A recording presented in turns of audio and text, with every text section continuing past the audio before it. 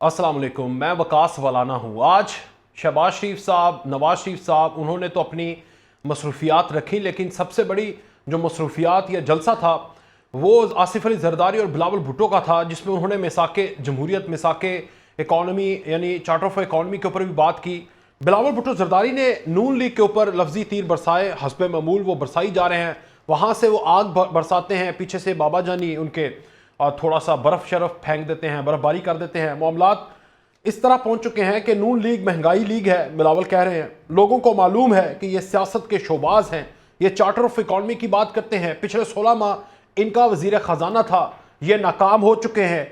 हम नया charter of economy लाएंगे, हमें चार्टर ऑफ डेमोक्रेसी यानी मिसाके जमहूरियत की भी ज़रूरत है।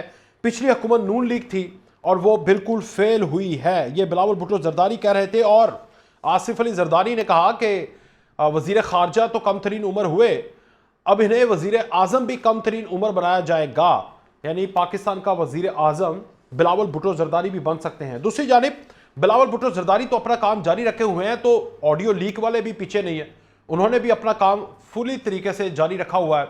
पाकिस्तान तहरीक इंसाफ के अफजल मरवत साहब, उनकी ऑडियो लीक हुई, आपने देखा कि वहाँ से ऐसा लगा कि शायद एक पेज के ऊपर नहीं है। उनके वकला और जो उनके नए चेयरमैन को नामजद किया गया है उसके ऊपर भी इख्तलाफात हैं, एक सवाल।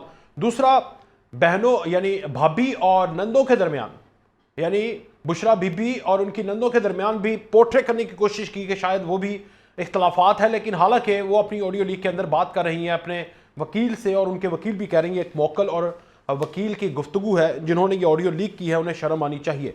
नवाज शरीफ तोशा खाना रेफरेंस में भी शामिल तफ्तीश हो चुके हैं। एक केस के अंदर उन्हें बरी कर दिया गया है, दूसरा एक केस मौजूद है। और क्या 8 फरवरी से पहले यानी नवाज शरीफ क्या अपने कागजात नामजदगी बिल्कुल क्लियर होकर जमा करवाने वाली पोजीशन में आ जाएंगे, और 8 फरवरी फिर हम यही यकीन कर लेना कि अब 8 फरवरी को ही इलेक्शन होंगे। हमारे साथ राजा आमिर अब्बास साहब, इसार राना साहब, निशाद अली साहब, तजियाकार है सब, आप जानते हैं। बहुत शुक्रिया सबका। जनाब इसार राना साहब, मैं आपसे आगाज करूंगा। ये बिलावल भुट्टो जरदारी आपको नजर आ रहे कम तरीन उम्र वजीर आजम, और नून लीग की सबसे बड़ी गंदी जमात है, सियासत की भी, इकॉनमी की भी बुरी परफॉर्मेंस वाली, जनाब अब तक की बात यह कि ये जो बिलावल साहब हों या जरदारी साहब हों जो नून लीग के ऊपर आप चढ़ाई कर रहे हैं ना, आप उसको कासिम के अब्बू को 5 मिनट के लिए बाहर निकाल दें, देख लें ये दोनों इकट्ठे हो जाएंगे। अच्छा, ये जो टोपी ड्रामा है ये तो पिछले 40 साल से हम देख रहे हैं। और दूसरी बात ये है कि आज जो 2 बड़ी इंपॉर्टेंट चीज़ें हैं ना, वो बिलावल ने कहा कि जो लोग 18वीं तरमीम का ख़ात्मा चाहते हैं वो दरअसल अवामी हकूक़ के ऊपर डाका डाल रहे हैं। और जरदारी साहब ने कहा कि जब भी कोई वज़ीर आज़म, कोई लीडर मुल्क को तरक्की की तरफ ले जाता है उसकी टांगें खींच ली जाती हैं। अब दोनों ये नहीं बता पा रहे कि ये किसको कह रहे हैं वो, और किसको कहने की हिम्मत नहीं हो रही, या वो क्या कहना क्या चाहते हैं।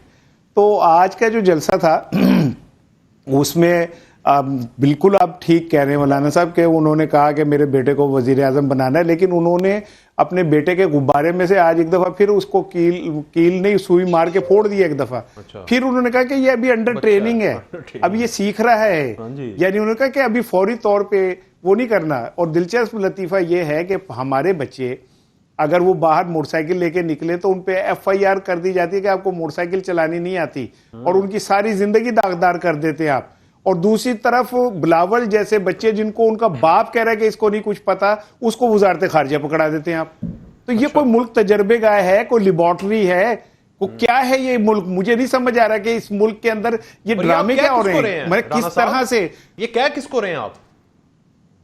किसने किया ये तजर्बा? उन्हीं को कह रहे हैं जिनको आप सुन रहे हैं। मुझे कह रहे हैं किसने किया? वो ये ढकी छुपी बात है। अच्छा। तो ये नहीं पता कि किस तरह हुकूमत जो है वो उसको गिराया गया, किस तरह आदम एतमाद सिंध हाउस में किस तरह अरकान असम्बली के जमीर खरीदे गए। क्या कोई ढकी छुपी बात है? नहीं। वो ये कोई ऐसी बात है जो किसी को पता नहीं है? क्यों नहीं ये लोग अब जब 16 महीने इक्तदार में थे तो इन्होंने क्यों नहीं बाजवा साहब के खिलाफ या जनरल फैज के खिलाफ को कार्रवाई की? इसलिए कि खुद मिले हुए थे ये सवाल, लंदन से बैठ के बाजवा साहब को ये एतमाद का वोट भेज रहे थे। तो ये सारा कुछ टॉबिडा पाकिस्तान को इन्होंने एक तजर्बा गाह बना दिया। और 24 करोड़ हम लोग जो कीड़े मकोड़े हैं, हम अपने बच्चों के ऊपर FIR करवाते देखते हैं, और इनके बच्चों को देखते हैं कि जिन्हें बोलना तक नहीं आता वो वजीर खारजा बन के पूरी दुनिया के जहाजों में सैर कर रहे होते हैं। तो आज का भी ये टोपी ड्रामा मैं पिछले कई सालों से देख रहा हूँ। इसी तरह ये पहले वो होता था कि बच्चियां जब बगावत करने लगती थी तो माएँ दुपट्टे रख देती थी पैरों में कि हमारी इज्जत का ख्याल कर।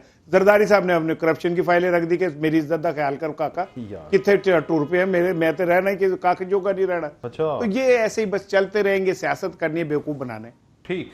नहीं जी, निशाद अली साहब, आप सबको और हम सबको तो बड़ा खुश होना चाहिए कि पाकिस्तान में नौजवानों को तो कोई इख्तियार नहीं है, अंडर 19 वालों को तो टीम में भी नहीं लेते, बड़ी टीमों में, लेकिन यहाँ पर वजीर आजम के उम्मीदवार हैं वजीर खारजा बनने के बाद। खुश होना चाहिए हम सबको। बच्चे आ गए। ये मुझे ये बताइए कि क्या वजीर जो बिलावल साहब है उनकी उम्र अंडर 18 है? नहीं, क्या वो कम उम्र है इस लिहाज से कि वो उनको कानून जो है वो रास्ता ना दे? मैं तो हैरान रह गया हूँ इस बात के ऊपर कि ये क्या गुफ्तगू है, ये क्या कंपैरिजन ड्रॉ किया जा रहा है कि आप एक तरफ कह रहे हैं कि एक शख्स, मतलब आप कौम के बच्चों को ये बता रहे हैं कि वो जाकर मोटरसाइकिल चलाएं और वो जो है उनको पकड़े पुलिस तो वो ना पकड़े। ये किस किस्म की गुफ्तगू है? मेरी तो समझ से बाहर है कि आप कोई कंपैरिजन ड्रॉ करने से पहले बंदे को सोचना चाहिए। Being a journalist you have some social responsibility कि ये मैं क्या बात कर रहा हूं। मतलब मैं ये कह रहा हूं कि नहीं जी, हमारे बच्चों को भी उसी तरह आजाद छोड़ देना चाहिए। वो जो अंडर 18 है वो बगैर लाइसेंस के सड़कों पर दंदनाते फिरे और उन्हें कोई ना पकड़े। अब जब उसका कंपैरिजन बिलावल साहब से ड्रॉ किया जा रहा है तो ये कहा जा रहा है कि जी क्या बिलावल अंडर 18 है? भाई मेरे, अगर उनके वालिद ने ये कहा कि जी वो अंडर ट्रेनिंग है, वो आज भी ये कह रहे थे अपने जलसे के अंदर कि उनकी ट्रेनिंग की जानी चाहिए, उनकी ट्रेनिंग होती रहेगी। वो सियासत में कह रहे हैं, ट्रेनिंग की बात कर रहे हैं। ऐसा नहीं है कि जनाब किसी को ये, जिस तरह के हमारे माशाल्लाह हमारे तजिया निगार बन गए हैं, जिस तरह की गुफ्तगू करने वाले अवाम के सामने आ गए हैं कि ये सोचने समझने से, बात करने से पहले ना सोचते हैं ना समझते हैं, तो उस तरह वो वाला मामला नहीं है। देखिए, हर सियासी जमात जो है वो ये चाहती है कि वो इंतखाबात में हिस्सा ले, फिर वो इंतखाबात जीते, और हर जमात ये चाहती है और कहती है कि उनका वजीर आजम होगा। यही कोशिश पीपल्स पार्टी भी करेगी, यही कोशिश मुस्लिम लीग नून भी करेगी, यही कोशिश पाकिस्तान तहरीक इंसाफ भी करेगी। आपसे में आई, आपका भी बेटा होगा माशाल्लाह, कितनी उम्र है उसकी? जी माशाल्लाह 17 साल का हो गया। 17 साल का हो गया। चले 18 साल 25 साल के बाद उसे एमपीए ही बनवा लीजिएगा।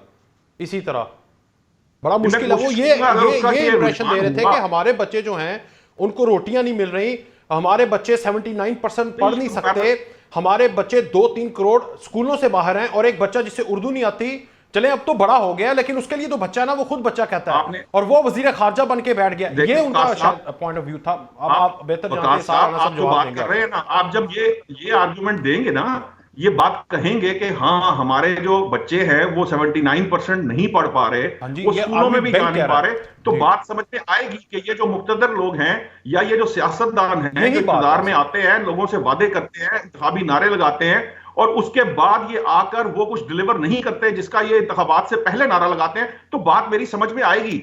लेकिन ये बात करना कि जी अगर कोई शख्स गैर कानूनी काम कर रहा है और उसका कंपैरिजन इससे ड्रॉ किया जाए कि जी एक बंदा जो है वो वजीर आजम बनना चाहता है या बन सकता है या नहीं बन सकता, उसका कंपैरिजन ड्रॉ करेगा तो मुझे प्रॉब्लम आएगी। देखिए बात क्या है, बात समझने की है। बात समझने की सिर्फ इतनी सी है कि इंतखाबात से पहले वोटर को अट्रैक्ट करने के लिए जोशो खरोश भी पैदा किया जाता है। और ये जो अभी एक इरशाद राणा साहब ने बात कही थी कि बेसिकली ये दोनों जमातें जो हैं इनके दरमियान चार्टर डेमोक्रेसी भी है और ये एक दूसरे के साथ 16 माह की हुकूमत में भी मौजूद थे। अब उन्होंने इंतखाबात की तरफ जाना, एक दूसरे पर उन्होंने बात करनी है, एज जमात उन्होंने वोटर को अट्रैक्ट करना है। और जो बिलावल साहब इस वक्त कोशिश कर रहे हैं, जो उसका पर्पस ये है कि वो यूथ जो यंग वोटर है, जो 2 करोड़ इस दफा नया वोटर आया है, आपकी आवाज डिस्टॉर्ट हो रही है, या 6 करोड़ जो वोटर है, जो आपकी आवाज जरा डिस्टॉर्ट हो रही है। आपका पॉइंट बड़ा हमें, मैं आता हूं आपकी तरफ। अब जरा थोड़ा सा मौका दे दे। समझ आ गई आपकी, समझ आ गई। सारा राणा साहब को तो बड़े अच्छे से समझ आ गई है, वो जवाब देते हैं आपको कि उनका क्या पॉइंट ऑफ व्यू था। लेकिन राजा आमिर अब्बास साहब, सर आप बताइएगा कि आप चले सियासी तजज़िये कर दें, बिलावल पाकिस्तान के कम तरीन उम्र के वजीर आजम बनेंगे और नून लीग या तबाही की जिम्मेदार अब तक 16 माह में, ये बताएं, फिर आगे बात करते हैं कानूनी भी आपसे। देखिए, बिलावल भी बन सकते हैं, मरियम भी बन सकती है। हमारे मुल्क में जो मौरूसी सियासत है ये उसी का नतीजा है कि जी जैसे ही आप पार्लियामान में पहली दफा आए तो आप वजीर आजम, अभी ये उनकी दूसरी दफा होगी कि जी आप वजीर आजम के कैंडिडेट बन जाएं। आपका एक्सपीरियंस ऑब्वियसली डजंट मैटर, आपका तजर्बा, आपकी ग्रूमिंग, आप अपने हमसाय मुल्क में इंडिया में देख ले, वहां के वजीर खारजा का एक्सपीरियंस देखें, उनका आप एक देख लें, बायोडाटा देखें, उनकी प्रोफाइल देखें। But as compare to that, आप एक बड़ी सिंपल सी बात है, हम अपने घर में अगर एक ड्राइवर रखते हैं तो हम क्या किसी ऐसे ड्राइवर को रख लेंगे, अपनी फैमिली, अपने बच्चों को गाड़ी उसके हाथ में थमा देंगे कि जी जाए, आप इनको ले जाइए, कराची तक लेके जाना है, और जिसका कोई एक्सपीरियंस ना हो, उसने कभी मोटरवे पे गाड़ी चलाई ना हो, या उसके पास 6 महीने साल का नहीं होता, लेकिन हम क्या अपने मुल्क की भागदौड़ बड़े आराम से हम दे देंगे, क्योंकि जी हमने वादा हमसे हो गया था कि जी बिलावल साहब को वजीर आजम बनाना है, हमने जी बड़ी लॉबिंग कर ली थी फलाने जगह भी, हमने अपने आकाओं से भी ग्रीन चिट ले ली थी कि जी अब तो अगले वजीर आजम वो होंगे। देखिए, जब तक आपके मुल्क की लीडरशिप का जो फैसला है वो बैरूने मुल्क से या लंदन से या अमेरिका से या कहीं और ममालिक से बैठ के अगर होते रहेंगे और अवाम की पार्टिसिपेशन नहीं होगी, तो फिर और फेयर एंड फ्री इलेक्शंस नहीं होंगे। इस दफा तो मीनार पाकिस्तान पे फैसला हुआ जनाब राज साहब। नहीं सर, लंदन के ये जो एवनफील्ड अपार्टमेंट्स में बहुत से फैसले हुए, बहुत कुछ हुआ, और यही वो फ्लैट्स थे जो 4 फीट हुए थे, हुकूमत पाकिस्तान के ने जब्त किए हुए थे, जहां पे एक शख्स जिसके परपेचुअल वारंट्स थे वो बैठे हुए थे, बहुत सी चीजें हुई। बात है कि जी इस मुल्क का वजीर आजम किसको होना है, we are a democratic state, और अगर फ्री एंड फेयर इलेक्शंस होते हैं, लेट द पीपल डिसाइड। लेकिन अगर ये कहा जाए कि जी बिलावल को बना दिया जाए, ये किससे रिक्वेस्ट होती है? पहली बात तो ये समझ नहीं आती कि जी ये किससे कहा जाता है कि जी इसको बना दिया जाए, उससे को बना दिया जाए। इलेक्शन पीरियड में आ रहे हैं, तो आप जो कहते हैं कि आपकी बारी आएगी, उनको शायद हाँ, जो ये कहते हैं कि आपकी बारी आएगी या बिलावल बहुत अच्छे हैं, ये भी कहा गया था, और बड़ी तारीफें हुई थी उस जमाने में बिलावल की, और ये वो चीजें हैं। अगेन ये देखें, हमें उसी सिस्टम में जकड़ने की बात है कि पाकिस्तान को एक आपने ऐसी है कि जो कि स्टेबल ना हो, जो कि एक स्ट्रॉन्ग, जहां पे एक डेमोक्रेटिक सिस्टम ना हो। That is the issue. Otherwise तो जब निकलने की हम कोशिश करते हैं, थोड़ा दूर जाते हैं, फिर वो जो टेंटिकल्स होते हैं, कोई यहां से आ जाता है, कोई वहां से आता है, फिर असल में कसूर उनका है जो फंसाते हैं, या कसूर उनका है जो जमहूरियत को फंसा देते हैं सिर्फ और सिर्फ वजीर आजम बनने के लिए? बड़ा ज्यादा कसूरवार कौन है, मैं आप सबसे पूछता हूं। लेकिन पहले जरा उस्ताद मोहतरम इसार राना साहब, आपने तो नाराज ही कर दिया यार, ऐसे थोड़ी होता है, कंपैरिजन तो सही ड्रॉ करें ना। तजिया कहां लिखा हुआ है आपके नाम के साथ? यहाँ फंसी आ रहे हैं मुशाद साहब ना गुस्सा करके, वो उनको आता है प्यार पे गुस्सा, हमको गुस्से में प्यार आता है। वाह, तो खाली नुशाद भाई का मसला नहीं है, बहुत सारे लोग हैं जो मुझ पर उधार खाए बैठे और उन्हें मौका नहीं मिलता अपने जज्बात का मेरे लिए इजहार करने के लिए। तो मुझे अच्छा लगता है कि कोई सियासी नज़रिए पे बात करने के बजाय मुझ पर पर्सनली चढ़ाई कर दे, तो अच्छा है। चलें, लोगों को मौका मिलना चाहिए मुझे कम्पीट करने का, मुझे इस पर कोई दुख नहीं होता। वाह। लेकिन सवाल ये है कि क्या ये मुल्क किसी की बाप की जागीर है? किसी की बाप की जागीर वो असम्बलियों में खड़े होकर कहे कि मेरे लिए और फला मरियम के लिए अब्बू जी और मियां नवाज शरीफ साहब रास्ते क्लियर कर दें। ये 24 करोड़ लोगों का मुल्क है, ये कायन के तहत चलने वाला मुल्क है, ये किसी के बाप की जागीर नहीं है। सर, ये कोई बंदा कहे कि जी मैं वजीर आजम बना, अब मेरा बेटा वजीर आजम बनेगा। जी जी, ये कहाँ का मतलब कौन सी जमहूरियत लिए फिर रहे कि पहले नवाज शरीफ होंगे, फिर शहबाज शरीफ होंगे, फिर मरियम होंगी, फिर हमजा होंगी, फिर जुनेद होंगे, भुट्टो होगा, बेनजीर होगी, जरदारी होगा, बिलावल होगा, आसफा होगी। अगर ये जमहूरियत तो भाड़ में ले जाए अपनी जमहूरियत को, नहीं चाहिए हमें। 24 करोड़ पाकिस्तानी भूखे मर रहे हैं, उनका हाल ये हो रहा है कि उनके पास खाने के लिए 2 रोटियों के पैसे नहीं है। आपके ऊपर फूलों की पत्तियां निछावर की जा रही है हेलीकॉप्टरों से, और फिर मुझे अफसोस होता है ऐसे तजियाकारों का कि वो कहते हैं कि जी ये तो जमहूरी लड़ाई है, तो फिर बैठ के एक दफा मुल्क को आप लूटते और उसके बाद एक दूसरे को चोर करार देते और फिर आप एक जगह इकट्ठे हो जाते। कोई इखलाक भी होता है, खाली सियासत और जमहूरियत ही सब कुछ नहीं है, कुछ शर्म इखलाक भी होता है, कोई चीज। आप एक वक्त में बैठ के 17 महीने झूला झूलते हैं दोनों मोहब्बत के, ठीक है ना, पाई पाई जोर दी कह रहे होते हैं, और उसके बाद कहते हैं कि तू चोर है, वो कहता है तू चोर है। लोगों को नहीं, वो निशात अली साहब कह रहे थे ये अवाम को अट्रैक्ट करने की टैक्टिक्स होते हैं, समझे, ये जमहूरियत का हुस्न है। आप क्यों नहीं समझते? जमहूरियत के अंदर लिखा हुआ है। नहीं हो रहे बलाना, अवाम अब अट्रैक्ट नहीं हो रहे। अगर अट्रैक्ट हो रहे होते तो नवाज शरीफ अब तक 4 जलसे कर चुके होते।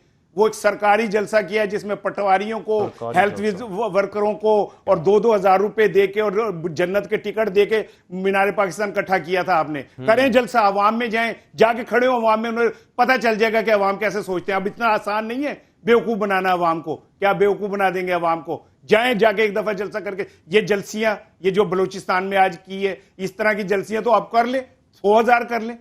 जब आपको वोट का ठप्पा आपके ऊपर लगेगा तब आपको पता चलेगा आप कहां खड़े हैं। और ये सब अपनी वुकत खो चुके हैं, इनकी खत्म हो गई है। अदरवाइज कासिम के अब्बू ने जितना बड़ा ब्लंडर किया 9 मई का, सिर्फ एक जुमला, 9 मई का जितना बड़ा ब्लंडर किया, उनका तो नाम खत्म हो जाना चाहिए था। इन लोगों की बदअमालियों की वजह से उसका नाम जिंदा है, क्योंकि लोग कहते हैं कि ये हम जमीन पे वोट फेंक देंगे, गटर में फेंक देंगे, इनको नहीं देंगे वोट।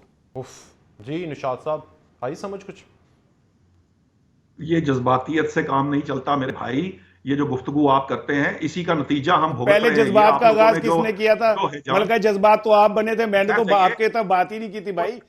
आपसे डर लगता है। आपने फैक्चुअली बात गलत की थी, जिसपे मैंने आपको पॉइंट आउट किया था। अभी जो आमिर अब्बास साहब हैं, उन्होंने भी एक गुफ्तगू की है, मैंने उसके ऊपर कोई पॉइंट आउट नहीं किया किसी चीज को। उसकी वजह यह है कि अगर आप जब दलील दे रहे हैं तो दलील का कोई तरीकाकार होना चाहिए। ये तो सोशल मीडिया की गुफ्तगू, ठहर जाए ना, मुझे बात करने दें। मैंने आपकी सारी बात सुनी है ना राणा साहब।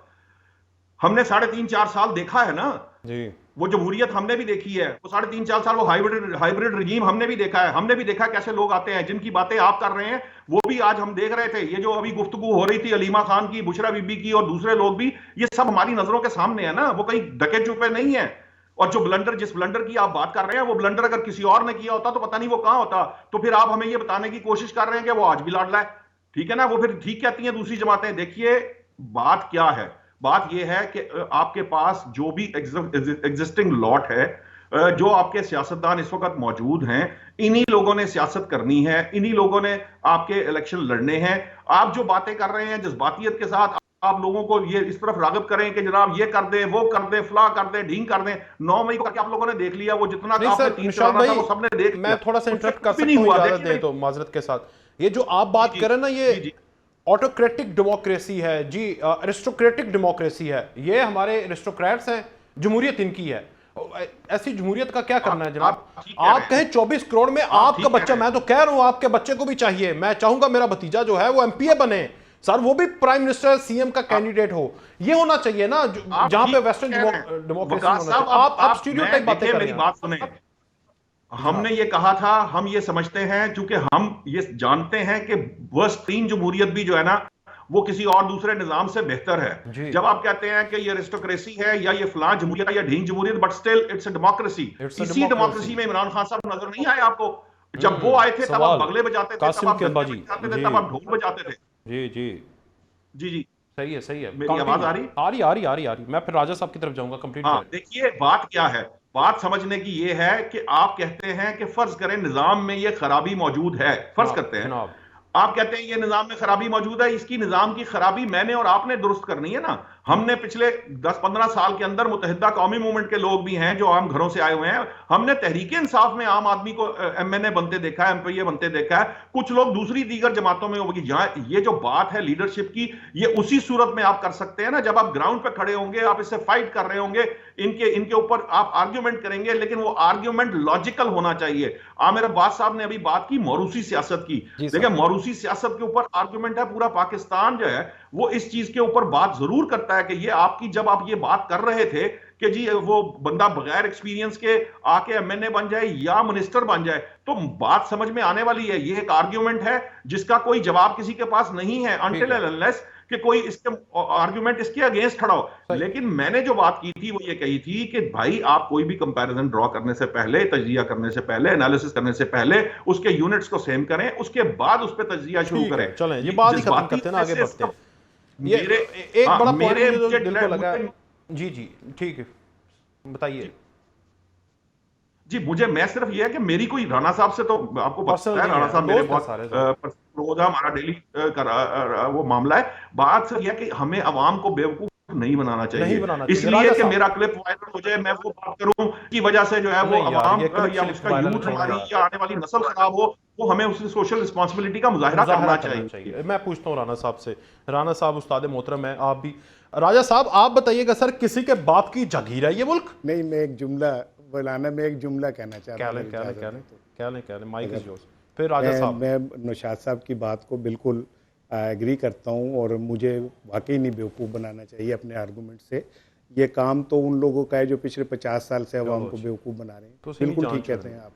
उसमें कासिम के अब्बा को भी शामिल कर लिया करें यार, उनसे प्यार मोहब्बत क्यों रखते हैं आप? सभी कसूरवार हैं इसी अमाम में। मैंने पिछले 50 साल का कहा है तो 50 साल में कासिम का अबू भी आ गया ना, आ गया, ये नाम लिया बार किया है, वो फिर पसंद नहीं आता किसी को। तो राज साहब आप बताइए कि किसी के बाप की जागीर है ये मुल्क?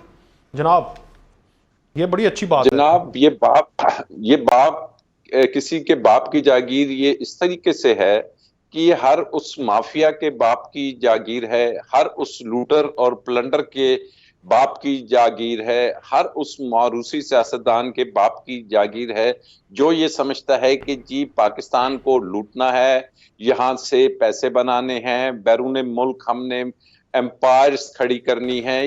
उन माफियास की, चाहे वो शुगर का हो, चाहे वो लैंड का हो, चाहे वो खाद का हो, और बहुत से माफियाज हैं, इन सब के बाप की जागीर ये है।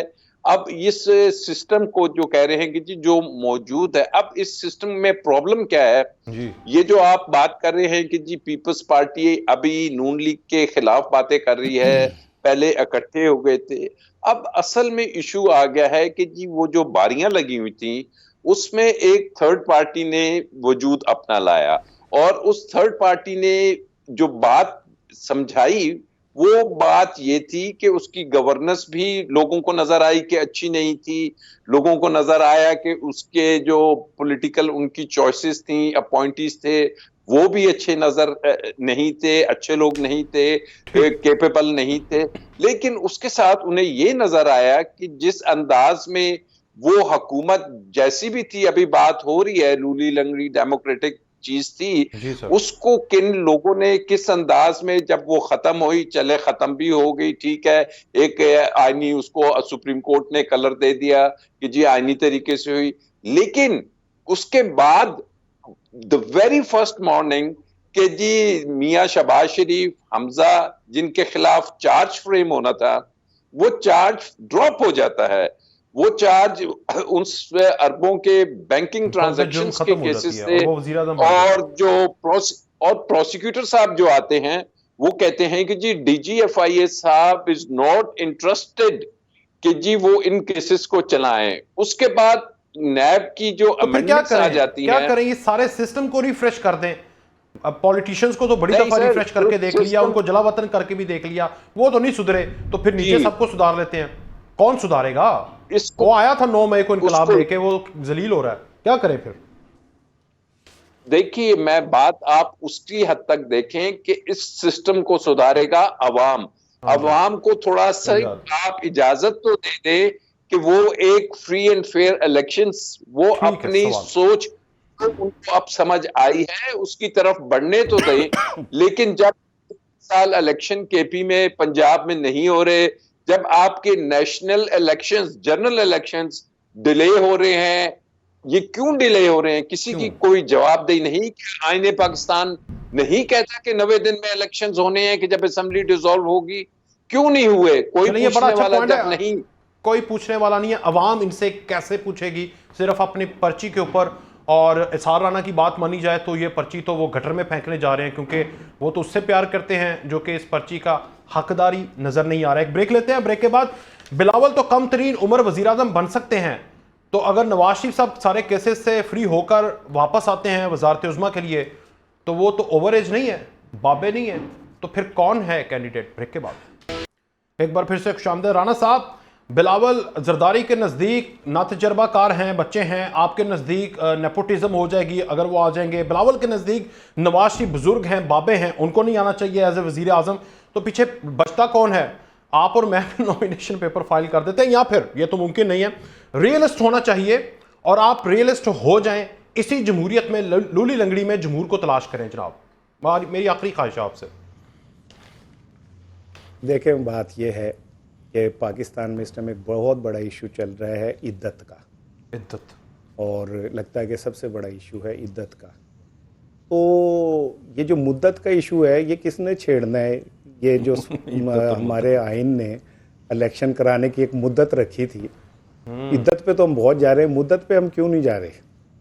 Number one. नंबर टू, हराम है मुद्दत का मसला। नौशाद साहब की इद्दत में मसला हराम है ना, जो हलाल है जी, मुद्दत का फतवा ला दे, फिर हम आइन से ज्यादा कोर्ट ने हलाल कर दी हुई है। हाँ, मैं समझता हूँ कि आइन भी जो है वो एक, जिसे कहते हैं ना, ऐसी मुकद्दस दस्तावेज है कि वो भी इतनी ही हलाल और हराम है जितनी बाकी चीज़ें हो सकती हैं। यार अब आ जाएंगे कि नौशाद साहब ने जैसे कहा कि जी जो लोग मौजूद हैं हमने 19 में इंतखाब करना है। बिल्कुल, मेरी भी तो आपसे ये ऐसे ही है जैसे दो गंदी जुराबें हों, गंदी जुराबें, दो, ये ऐसे ही है जैसे एक बंदे ने दो बदबूदार गंदी जुराबें पहनी हो जी, और वो इस पैर की उतार के उसमें पहन ले और उसकी उतार के उसमें पहन ले और कह के चेंज आ गई क्योंकि हमारे पास अवेलेबल ही ये दो जुराबें।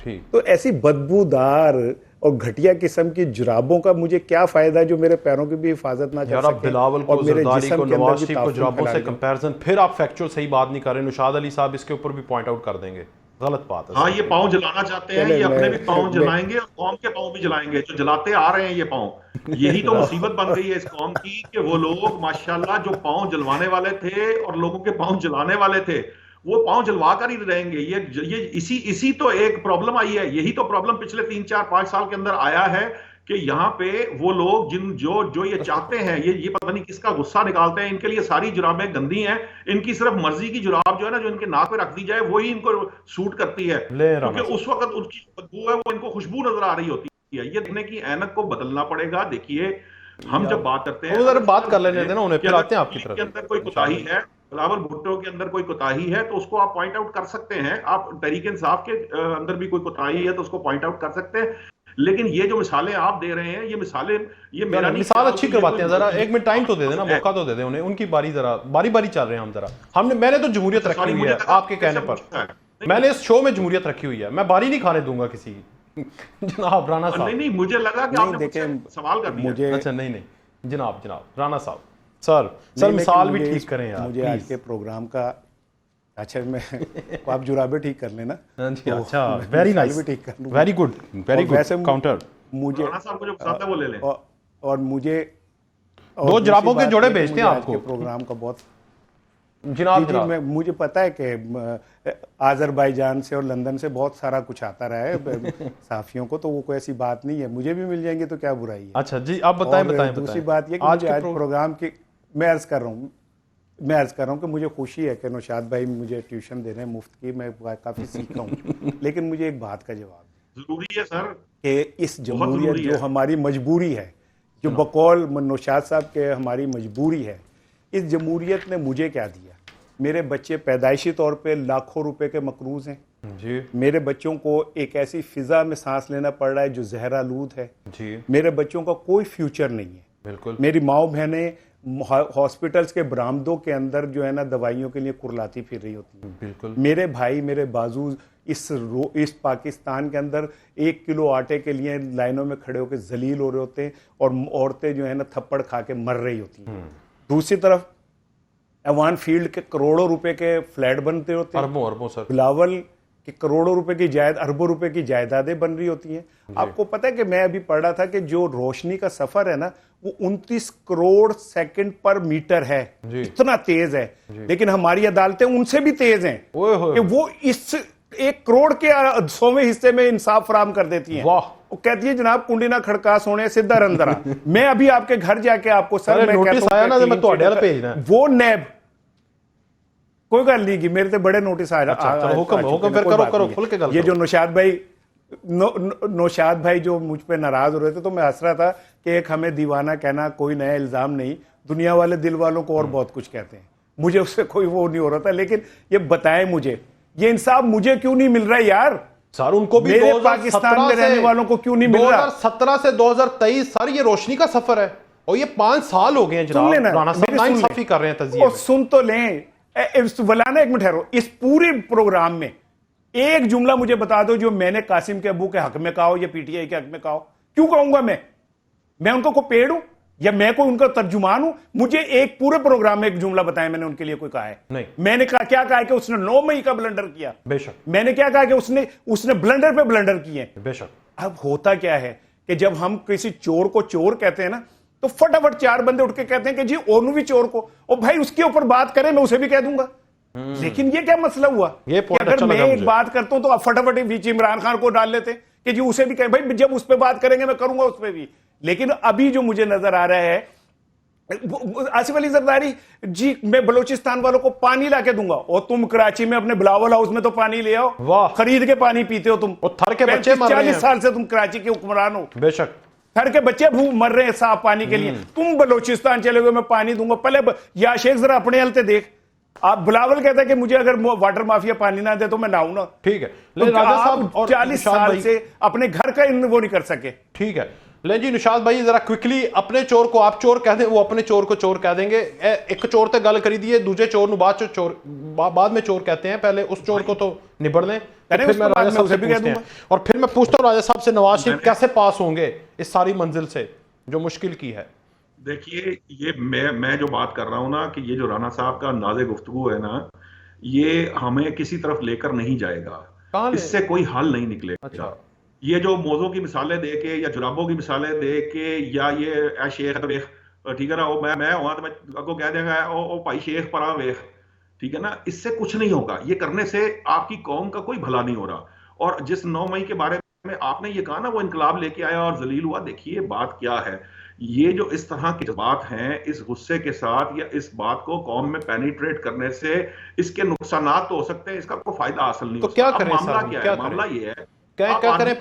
आप पैदा हुए हैं, आपने बिलावल पैदा कर दिया है, बिलावल आगे कोई बच्चा पैदा कर देगा, मेरी नस्ल उसकी गुलाम होगी, मैं आपका गुलाम बन जाता हूं, यही करते रहे फिर? ये सवाल है ना राणा साहब का। नहीं सर, ये नहीं करते। इसके लिए जरूरी है कि वो लोग जो समझते हैं कि वो सियासत करना चाहते हैं, उनको सियासत में फाइट करनी पड़ेगी, उन्हें सियासत में खड़ा होना पड़ेगा।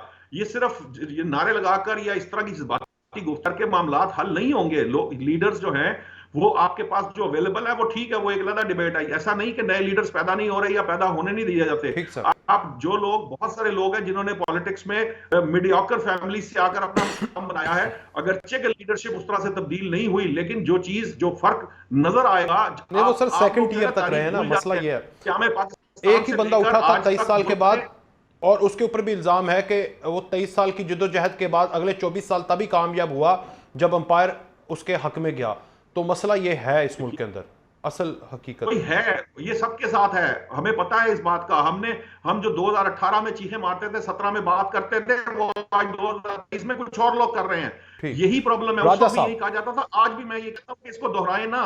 आप उन दायरों के सफर से बाहर निकलने की कोशिश करें। हमें ये पसंद नहीं है कि आप दायरों में घूमते रहें, लेकिन वो इस तरह नहीं निकला जा सकता, एक दूसरे पे ब्लेम गेम करके या एक दूसरे को नीचा दिखा के या सिर्फ जज्बाती गुफ्तगू करके आप नहीं निकलते। आपको जो सोल्यूशन है जो उस सूरत में मिलेंगे जब आप मामलात को संजीदगी से गौर करेंगे, सब मिलजुल कर बैठकर उस पर बात करेंगे। एक दूसरे का गिरबान पकड़ने से पाकिस्तान का कोई फायदा हो नहीं सकता। फायदा नहीं हो सकता। लेकिन जी राजा साहब ये बड़ा अच्छा पॉइंट है, ये बताएं आप कि जज्बातियत से नहीं काम चलेगा, अकल से काम, होश से हमारे हम बढ़ा सकते हैं, कम नहीं कर सकते। ठीक है राजा साहब, एक तो इस पर बात कर सकते हैं आप, जो बात गुफ्तगू चल रही है कि जज्बातियत नहीं, अकल होनी चाहिए, फाहम तफहीम होना चाहिए, साइकिल से दायरे से बाहर निकलें, पाकिस्तान का भला होगा इन सारी चीज़ों से, वरना हमें कोई फ़ायदा नहीं हो सकता। और दूसरा, नवाज शरीफ साहब फिर आ रहे हैं आपको लग रहा है कि इंसाफ जो है रोशनी की स्पीड से चल रहा है उनके लिए, या फिर 5 साल के बाद अब तो हक है भाई, नाइंसाफी हुई थी उतनी जल्दी इंसाफ दो जितनी जल्दी नाइंसाफी की थी? राजा साहब, माइक इज योर्स।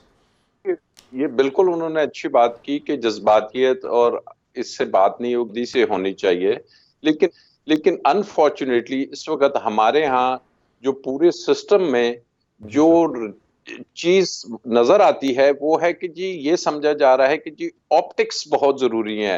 हर कोई, चाहे अदालतों में देखें उनको टिकर की जरूरत होती है, चैनल को देखें उनको रेटिंग की जरूरत होती है, पॉलिटिशियंस को देखें गालियां निकालने की जरूरत होती है, पेट फाड़ने की जरूरत होती है, ठीक है, इसी तरीके से चैंपियन बनने की जरूरत होती है। अब ये चीजें जो सी हैं, इसका एक जो फैक्टर चेंज हो गया अभी, वो ये है कि जो आज की पाकिस्तान की पॉपुलेशन है उसमें जो हमारी यंग जनरेशन है जिसके मेजॉरिटी के हाथ में मोबाइल है, सोशल मीडिया है, जिसने हम और आपने अपने बाप से भी सुना होगा कि जी भुट्टो साहब बड़े ये थे, हमने उन्हें देखा भी, बेनजीर को भी देखा, नवाज शरीफ साहब को भी देखा, उससे पहले भी देखा, लेकिन उन्होंने ये सब कुछ नहीं देखा हुआ। उन्होंने ये अब अपनी कैलकुलेशंस जो करनी है, हमने ज्यादा कुछ सुने सुनाई बातों पे किया, लेकिन ये जनरेशन सुनी सुनाई बातों पे तैयार नहीं। यकीन करें कि ये अपना तज्जिया और हालात का तज्जिया बहुत अच्छे अंदाज में करने के केपेबल है।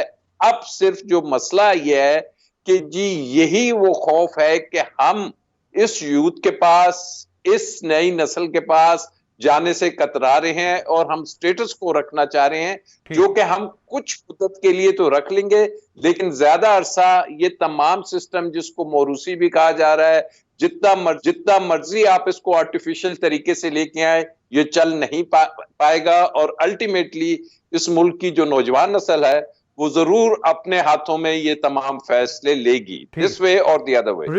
इसार राना साहब कनेक्ट हैं हमारे साथ? चलो, इसार राना साहब के लिए बड़ा अच्छा सवाल तैयार किया था मैंने, क्योंकि वो बिलावल और शरीफ खानदान में तो घुस के बैठे हुए थे, आज उनकी मर्जी है, लेकिन वो ज़रा इस ख़ानदान की तरफ भी देखे ना, जिसमें भाभी और नंदे, हमारे मुआशरे में नंदों को भाभी के काम में मुदाखलत नहीं करनी चाहिए, एक तो ये पॉइंट है, और दूसरा अगर भाभी घर दबा कर दे या करवा दे तो फिर नंदों को तो अपने भाई को समझाना चाहिए। तो जो हो रहा है निशाद अली साहब, ठीक हो रहा है। अब जरा भाई को सोच लेना चाहिए कि ये सब कुछ भाभी की तरफ से हुआ, तोशाखाना, पंजाब के अंदर करप्शन, फरागोगी, ये परेशान कर दिया है भाभी ने आके। बहनें सही समझाएंगी अब अपने भाई को। जनाब देखिए, मैं वैसे आपको एक बात बताऊं कि सिर्फ इस एक भाभी की बात नहीं है, इससे गुज़िश्ता जितनी भी भाभियां थी उनकी भी नंदों के साथ यही रिलेशन था। मुझे जरा थोड़ा बुरा लगता है कि अगर मैं किसी के फैमिली अफेयर्स में गुफ्तगू करूं, लेकिन चूंकि आपको पता है कि वो साबिक वजीर आजम भी रहे हैं और उनकी फैमिली की ये गुफ्तगू आपके सामने आ रही है, ऑडियो लीक भी हो गई है, ये गुफ्तगू भी चल रही है। मामला सिर्फ इतना है, देखिए, कि आप अगर ये कहना चाहें, मतलब मिसाल के तौर पे फर्ज करें मुझे आप ये कहें कि जी इमरान खान साहब जो थे, पाकिस्तान तहरीक इंसाफ के चेयरमैन हैं, वो उन्होंने कुछ नहीं किया और सब कुछ जो है वो किसी और ने किया, तो मैं शायद इस चीज को, मेरी राय है, मैं इसको बाय नहीं करूंगा। ठीक सवाल। लेकिन जहां तक बात है कि कौन कौन कहां इन्वॉल्व था, वो एक अलग डिबेट है जी। मैं तो जाती तौर पे समझता हूं कि फर्ज करें कि वो किसी ने कोई गलत काम किया है, वो अदालतों के पास तो मैं कंक्लूड करूंगा, टाइम कम है जरा, कि सिर्फ अकेली भाभी का कसूर नहीं है, भाई भी उतना ही जिम्मेदार है, ये आप कहना चाह रहे हैं? यकीनन ये तो हो ही नहीं सकता ना, आप कह नहीं सकते, ये बात आप कर नहीं सकते। ये इसके एविडेंस मौजूद है, अलीम खान साहब कहते रहे हैं, दूसरे लोग कहते रहे हैं, पब्लिकली आके उन्होंने कहा है कि जी जो चीजें दी गई, अब सीधी सी बात है, वो जो एक जिनको एक बहुत बड़ी पोजीशन से हटाया गया था, वो भी आके यही बता रहे थे। तो जब उनको पोजीशन से हटाया तो वो आपका ख्याल है कि वो ऐसे ही हटा दिया था, सिर्फ इसलिए हटा दिया था कि जी वो जो कि वो भाभी के खिलाफ बात है इसलिए हटा दिया? नहीं, उसके अंदर जो भी बेनिफिट होगा, अगर फर्ज करें वो था तो वो भी कसूरवार है, अगर फर्ज करें नहीं था तो हटाने की जरूरत नहीं थी। ठीक है। लेकिन जी इसार राना साहब, सवाल आपने सुना नहीं है, वो आपका ऑडियो का मसला आ गया था। मैं ये कह रहा हूं कि शरीफ खानदान और जरदारी खानदान के अंदर तो आज आपने बड़ी बात की, तो दूसरे खानदान, ये जमान पार्क खानदान में भी देखें कि नंदे कह रही है कि भाभी ने तो तबाह करके रख दिया, और भाभी कह रही है कि नंदों को मुदाखलत नहीं करनी चाहिए, बसा बसाया घर ना बिगाड़ दीजिएगा। तो किसकी बात मानी जाए? और निशाद अली साहब कह रहे हैं भाई भी उतना ही कसूरवार है जितनी भाभी है, फायदा तो भाई को हुआ ना। एट द कि एंड। वैसे आपस की बात है, अगर ये सियासी लड़ाई इस लेवल के ऑडियो से लीक से आ गई है ना, तो मियां साहब को चाहिए कि वो इमरान से सुलह करें। यार मियां साहब का अगर क्या इस इसमें जगह ना पे लेना चला ना गया। देना, वो अच्छा, बेचारे। दूसरी चीज सुन ले, आप देखें नहीं ये ऑडियो वीडियो लीक के कारखाने जो है ना, हम सबको पता है कि कहाँ पे हैं। अच्छा, दूसरी चीज ये अच्छा, सुन ले मान लेते हैं कि आपकी। बिल्कुल ठीक है, नंद भावज की लड़ाई वैसे तो रवायती है, जैसे कायनात वजूद में आई और ये विश्व वजूद में आई, ये लड़ाई ऐसे ही रही है और ऐसे ही रहेगी। लेकिन हमें डरना चाहिए उस वक्त से कि जब सास और बहुओं की लड़ाइयाँ मैदान में ना आ जाए कहीं, तो लोगों के घरों में जाति ना मारे। बेहतर ये है कि सियासत को सियासत रहने तो दें। फिर कराची में जाके उसका रिश्तों का दरवाजा भी नहीं मुकाबला तोड़ना रहे। चाहिए था ना, मरियम का दरवाजा भी नहीं बिल्कुल तोड़ना चाहिए था। बिल्कुल नहीं तोड़ना चाहिए था। इमरान खान को जरदारी साहब की हमशीरा को चांद रात पे गिरफ्तार नहीं करना चाहिए था। एक बाप के सामने उसकी बेटी को गिरफ्तार नहीं करना चाहिए था। ये बात। ऑडियो लीक के ऊपर अब ये नहीं वो जरा कहना चाहिए था अब कि आया ये मजा लड़कियों का मुझे। हक है, ठीक है ना, हक उसे नहीं कहना चाहिए था। जो कांटे उसने बोए थे वो आज उसे काटने पड़ेंगे। ठीक। और हमारा अलमिया ये है कि हमें से कोई भी तारीख से सबक नहीं सीखता। हम अपने दौर में ये समझते हैं कि हमने मरना नहीं राजा है साहब। और हमने वापस नहीं जाना, ठीक है राजा ना? साहब, ये- और यही सबसे बड़ा अलमिया है। लेकिन ये कि लोगों के घरों में और आगे लोगों के आइंदा से रिश्तों को काट के बोलने पामाल से ना बाहर करें। आना चाहिए हम ये आगे हमारी भी बहुएं हैं, सासें हैं, हम वो और 10,000 रिश्ते खराब होते हैं, बनते हैं, तो हम उनको डिस्कस करेंगे। ये लेवल नहीं है, हमें खवातीन का एहतराम करना चाहिए। ये तो ठीक है, लेकिन भाई भी उतना ही कसूरवार है जितनी भाभी को गर्दाना भाई जा का रहा क्या कसूर है यार? अगर चौथे मोहल्ले में मज मर गई तो वो भाई पे डाल दें यार आप। और भाई वो उनका हर शख्स की अपनी इंसानी फितरत नफ्सियात है, वो उसको लेके चलता है। उसमें भाई कहां से कि उसने नफ्सियात राणा बना साहब दी, ठीक कह रहे हैं। उसने चौथा माइंड मल्ला ही बनाने था ये लोगों वाला, के। ये पहला मल्ला था, फिर दूसरा मल्ला था, फिर तीसरा मल्ला था, फिर चौथा मल्ला था। ठीक कह रहे हैं राणा साहब। चले राजा साहब, ये मुझे ऑडियो अच्छा लगता है, मुझे अच्छा लगता है जब लोग मेरी बात को तवज्जो से सुन के रिप्लाई करते हैं ना, हाँ, मुझे लगता मजा आ है रहा है कि ना आज मेरी बात में आपको? तो वजन जरूर है। नहीं नहीं, पूरा आपको मजा दिलाएंगे सर हम तो, इंशाल्लाह आपको अच्छा लगता रहेगा। राजा साहब आप जरा बताइएगा सर, ऑडियो लीक वाले को जरा मैसेज दें ना कि बस कर दे यार, भाभी नंदों को लड़ा रहे हो क्या, ये स्टार प्लस के ड्रामे बनाने लगे हो? दें जरा राजा साहब मैसेज एक। देखिए जी, मैसेज बड़ा लाउड एंड क्लियर है कि ये हमारी ज़हनी पसमानदगी जाहिर करता है कि हम इलेक्शन पीरियड में हैं और दुनिया में जब इलेक्शंस होते हैं तो वो बात करते हैं कि जी हमारे मिडल ईस्ट की क्या पॉलिसी होगी, हमारी यूक्रेन की क्या पॉलिसी होगी, हमारी अफगानिस्तान, चाइना, टर्की की क्या पॉलिसी होगी। पार्टीज ये बातें करती हैं, हमारी अपनी यूथ को ऊपर लाने की क्या पॉलिसी होगी, माइक्रोसॉफ्ट टेक्नोलॉजी को कैसे, आर्टिफिशियल इंटेलिजेंस को कैसे हम ठीक सर। बढ़ाएंगे। And this is so unfortunate कि जो हमें नतीजा मिल रहा है इस मौरूसी सियासत का, उसमें अब नैरेटिव्स पॉलिटिकल पार्टीज के पास खत्म हो गए हैं। जब नैरेटिव्स नहीं है तो फिर बात इस गिरे हुए इस लेवल पे आ चुकी है कि जी इस किस्म की हरकतें हो रही चले हैं। मैं एक तो एक ये पॉइंट लूंगा सर, चीजें- टाइम इज वेरी जी, शॉर्ट। मैं जी। आपकी बात समझ गया। आप ही बता दें, चेयरमैन तहरीक इंसाफ माइनस हो जाए, गौहर अली खान एक्सेप्टेबल, यस और नो सर? आपको लगता है तजियतन? देखिए, जहां तक इलेक्शन कमीशन ऑफ पाकिस्तान का ताल्लुक है तो उन्हें टेक्निकली वो एक्सेप्टेबल है, और जहां तक पब्लिक है, पब्लिक के पास चाहे वो किसी भी पार्टी में आप देख ठीक। लें तो राणा साहब पब्लिक जो सा है और निशाद भाई, इमरान खान को ही चाहेंगी। निशाद भाई यस और नो? पब्लिक उसी के साथ है, कासिम के बुक के नहीं, साथ। मेरा वही चेयरमैन क्यों, देखे ना ये सवाल क्या है, चेयरमैन तहरीक इंसाफ क्यों माइनस हो? मुझे तो ये बात समझ में नहीं आती। एक पार्टी के रहनुमा जिस तरह है, एक लीडर है, नवाज उसको शरीफ माइनस करके आप क्या कर लेंगे? नवाज शरीफ माइनस करके क्या चलो कर टाइम लिया खत्म किसी ने? हो गया जनाब, बड़ा मजा इसका आना था कोई लेकिन फायदा नहीं। क्लोज करना पड़ेगा। राज साहब बहुत शुक्रिया, निशाद साहब बहुत शुक्रिया, इसार राना साहब बहुत शुक्रिया, जल्दी अल्लाह हाफिज़।